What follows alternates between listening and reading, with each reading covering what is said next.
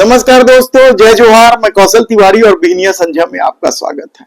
वक्फ bill को लेकर जिस तरीके से राजनीतिक हलचल शुरू हुई, जिस तरीके से संसद के भीतर इमरान प्रतापगढ़ी के द्वारा दिए गए बयान वायरल होने लगे हैं, उसी तरह से दूसरे सांसदों के भी बयान वायरल होने लगे हैं, जिसमें जया बच्चन की आवाज भी है।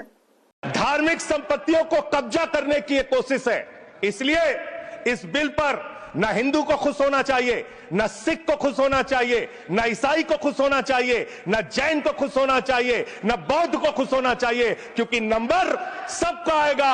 और आज वक्फ की संपत्तियां कब्जा करके आप अपने दोस्तों को देंगे, कल गुरुद्वारे की संपत्तियां कब्जा करके आप अपने दोस्तों को देंगे, फिर चर्चों की संपत्तियां कब्जा करके आप अपने दोस्तों को देंगे, फिर बौद्धों की संपत्तियां कब्जा करके आप अपने दोस्तों को देंगे, फिर जैनों की संपत्तियां कब्जा करके आप अपने दोस्तों को देंगे, फिर मंदिरों की जमीनें कब्जा करके आप अपने दोस्तों को देंगे।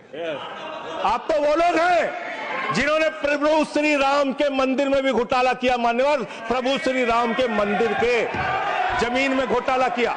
मैं कागज दूंगा सर, मैं कागज दूंगा। ये लोग राम मंदिर में घोटाला करने वाले लोग हैं, राम मंदिर की जमीन का चंदा खाने वाले लोग हैं सर। ये लोग 2 करोड़ की जमीन 5 मिनट में 18 करोड़ में बेची सर इन लोगों ने। 16.5 करोड़ का घोटाला किया, 18.5 करोड़ में जमीन बेची। ये राम मंदिर में घोटाला करने वाले लोग हैं सर। मान्यवर, अरे प्रभु श्री राम के नाम का पैसा खाते हो तुम लोग। अरे बैठ जाओ, राम मंदिर का पैसा खाते हो। अरे राम मंदिर में घोटाला करते हो, बैठो। अरे राम मंदिर का चंदा खाते हो। अरे चंदा चोरो बैठो, चंदा चोरो बैठो, चंदा चोरो बैठो, बैठो चंदा चोरो, चंदा चोरो बैठ जाओ। चंदा चोर हो तुम लोग चंदा चोर हो। तो अब कांग्रेस के सांसद वारी दमदार सरदार माने जाते हैं, उनका भी भाषण खूब वायरल हो रहा है। मैं सरदार हूँ और ऐसी कई उदाहरणें हैं पंजाब के अंदर। अगर किसी मुस्लिम के पास कब्रिस्तान नहीं था तो सरदारों ने अपनी जमीन देके कब्रिस्तान बनाए। पहले मुस्लिम मारेंगे, फिर सिख मारेंगे, फिर क्रिश्चियन मारेंगे। ये आपकी सोच है और मैं बिल का विरोध करता हूँ। मैं ज्यादा रेपुटेशन ना करते हुए सीधा बिल का विरोध करने के लिए खड़ा हुआ हूँ। मैंने आज देश के गृह मंत्री का अच्छे तरीके से भाषण सुना और उन्होंने बार बार 2-3 बातों को ज्यादा जोर दिया। एक तो उन्होंने कहा कि विरोधी दल भ्रम फैला रहे हैं, मुसलमानों के बीच डर फैला रहे हैं। ये हमने फैलाया हुआ डर नहीं है। जब देश के मुसलमान को लगा कि देश में बीजेपी में 240 सांसदों में एक भी मुसलमान सांसद नहीं है, हमारे लिए जगह नहीं है, तो वो डरने लगा। जब आपने कब्रिस्तान की बात की, आपने शमशान घाट की बात की, तो वो डरने लगा। जब गोधरा हुआ, जब मुजफ्फरनगर हुआ, जब दिल्ली हुआ, जब हरियाणा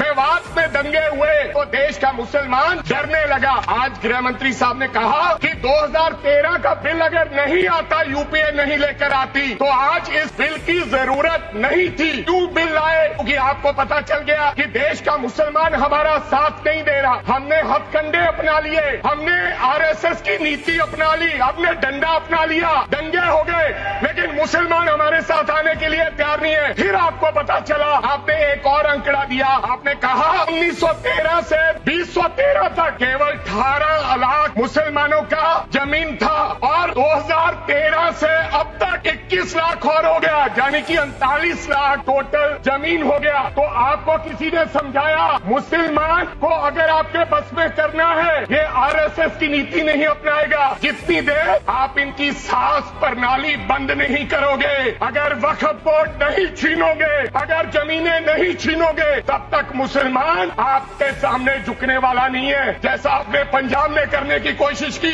किसान झुका नहीं, पंजाब के लोग नहीं झुके, सिख नहीं झुके, तो आपने एमएसपी का झगड़ा आज तक डाला हुआ है कि किसान की सास प्रणाली बंद कर दो तो पंजाब अपने आप झुक जाएगा। आर्थिक जब झुक जाएगा तो हमारी ईन मान लेगा और हमारे साथ आ जाएगा। आज गृह मंत्री साहब ने कहा गवर्नमेंट प्रॉपर्टी पर किसी का अधिकार नहीं है, पंचायत की जमीन कोई दान नहीं दे सकता है। मैं आपको इसके पीछे लोचा क्या है, 1947 में जब बंटवारा हुआ था, 47 से लेकर 1954 तक सारी प्रॉपर्टी गवर्नमेंट के नाम हो गई थी। उसके बाद 1954 में एक्ट बना तो वो एक्ट में सर्वे हुआ 1961 टू 1970। सर्वे किसने किया? कलेक्टर ने। अगर पंजाब की, हरियाणा की, हिमाचल की बात करूं तो डिविजनल कमिश्नर अंबाला बैठते थे, उन्होंने सर्वे किया, तहसीलदारों ने सर्वे किया, तो वक्फ बोर्ड को ये जमीन देने का काम किया। अब क्या हो गया? जैसे राहुल गांधी कर्नाटक में भाषण देते हैं, गुजरात में मुकदमा दर्ज होता है, सजा हो गई। गवर्नमेंट की प्रॉपर्टी तो 1947 और 1954 में तो सारी प्रॉपर्टीज गवर्नमेंट की थी। अब एक बंदा खड़ा होगा तो वो कहेगा कि यहाँ पर ये गवर्नमेंट की प्रॉपर्टी है, डिस्प्यूट होगा, तो आप वक्फ पाए यूजर का अधिकार खत्म कर दोगे कि ये तो जमीन गवर्नमेंट की थी, आप उसकी जमीन छीन लोगे। लिमिटेशन एक्ट की बात कर रहे हैं आप, और किसी धार्मिक स्थानों पर तो लिमिटेशन एक्ट लागू नहीं होता, इनके ऊपर क्यों? आप जानबूझकर इनको अपने लात के नीचे से दबाना चाहते हो, इनकी छाती पर चढ़ना चाहते हो। एक आपने और कंडीशन लगा दी कि 5 साल प्रैक्टिस मुस्लिम होना चाहिए, वो दान दे सकता है। मैं सरदार हूँ और ऐसी कई उदाहरणें हैं पंजाब के अंदर। अगर किसी मुस्लिम के पास कब्रिस्तान नहीं था तो सरदारों ने अपनी जमीन देके कब्रिस्तान बनाए। ये कौन सा अधिकार है कि मैं किसी को चीज दान देना चाहता हूँ? और इसको कौन बताएगा? रिजू साहब ये बताएंगे कि ये प्रैक्टिसिंग मुस्लिम है या नहीं है। ये सरासर अन्याय है। तो श्रोमणी गुरुद्वारा प्रबंधक कमेटी 1925 का सिखों का जो एक्ट है, आप उसमें भी संशोधन करेंगे। आपको लगता है पहले मुस्लिम मारेंगे, फिर सिख मारेंगे, फिर क्रिश्चियन मारेंगे? ये आपकी सोच है और मैं बिल का विरोध करता हूं। क्या इस तरह से भाषण वायरल होने से सत्ता की बेचैनी बढ़ेगी? देखना होगा।